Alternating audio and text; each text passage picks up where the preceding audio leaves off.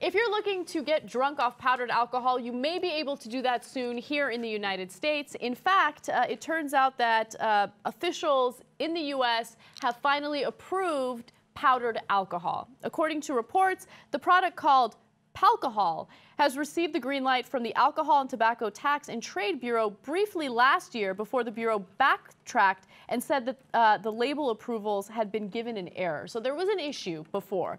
However, on Wednesday, the Bureau spokesperson, Tom Hogue, told the Associated Press that issues were resolved and that 4 varieties of Palcohol were approved.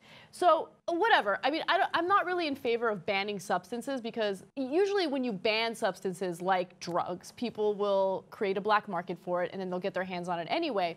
But what I find interesting is that in this case, the federal government used this reasoning or this excuse for legalizing it. They said, and I quote them, "Potential for abuse isn't grounds for us to deny a label." Oh, is that right? Fascinating.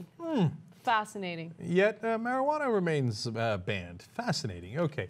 So one, I love the name Palcohol because I know I get they're combining powder and alcohol, but it sounds like this alcohol will be your pal. It'll be your Palcohol. Yeah. And then I was like, why do you need powdered alcohol? I'll tell you why. Yeah. Okay, so the reasoning that they came up with was, you know, sometimes you're traveling. The creator of this said, you know, sometimes I go on a hike and I want to get fucked up. And I can't when I'm carrying around these big ass bottles. So I want to take the powder, mix it with a little water, and boom. Yeah. I don't believe him. So in that explanation, I understood why they were actually doing it. One, I'm a little worried because, I mean, you got to figure out how much to put in. In the beginning, people might put in too much. But like, again, like Anna said, anything can be abused, and that's no reason to make it illegal. Don't get me wrong, I'm in favor of legalizing it. But I'm like, but why? Why do you even need it? Like, are you going to put it in people's drink? And then I realized, no, and that's why the beer companies hate it. It's one, it's competition. Two, you go into a stadium.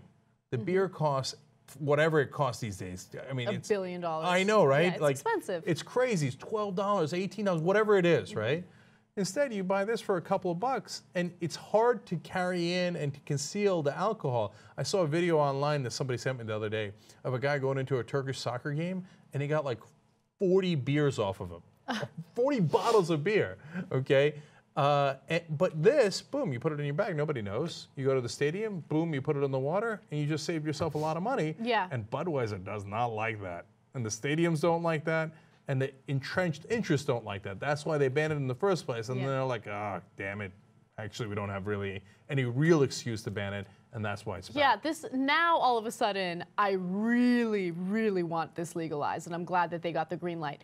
I spent $15 on one margarita at dinner last night. And I was a little upset by it because it was like details you don't care about, but nonetheless, it was a skinny margarita because the regular margarita mix makes me break out in hives. And I love margaritas. And for some reason, skinny margaritas don't make me break out. So I order it and it was happy hour. It was supposed to be $5, which is why I'm like, woo, margarita time.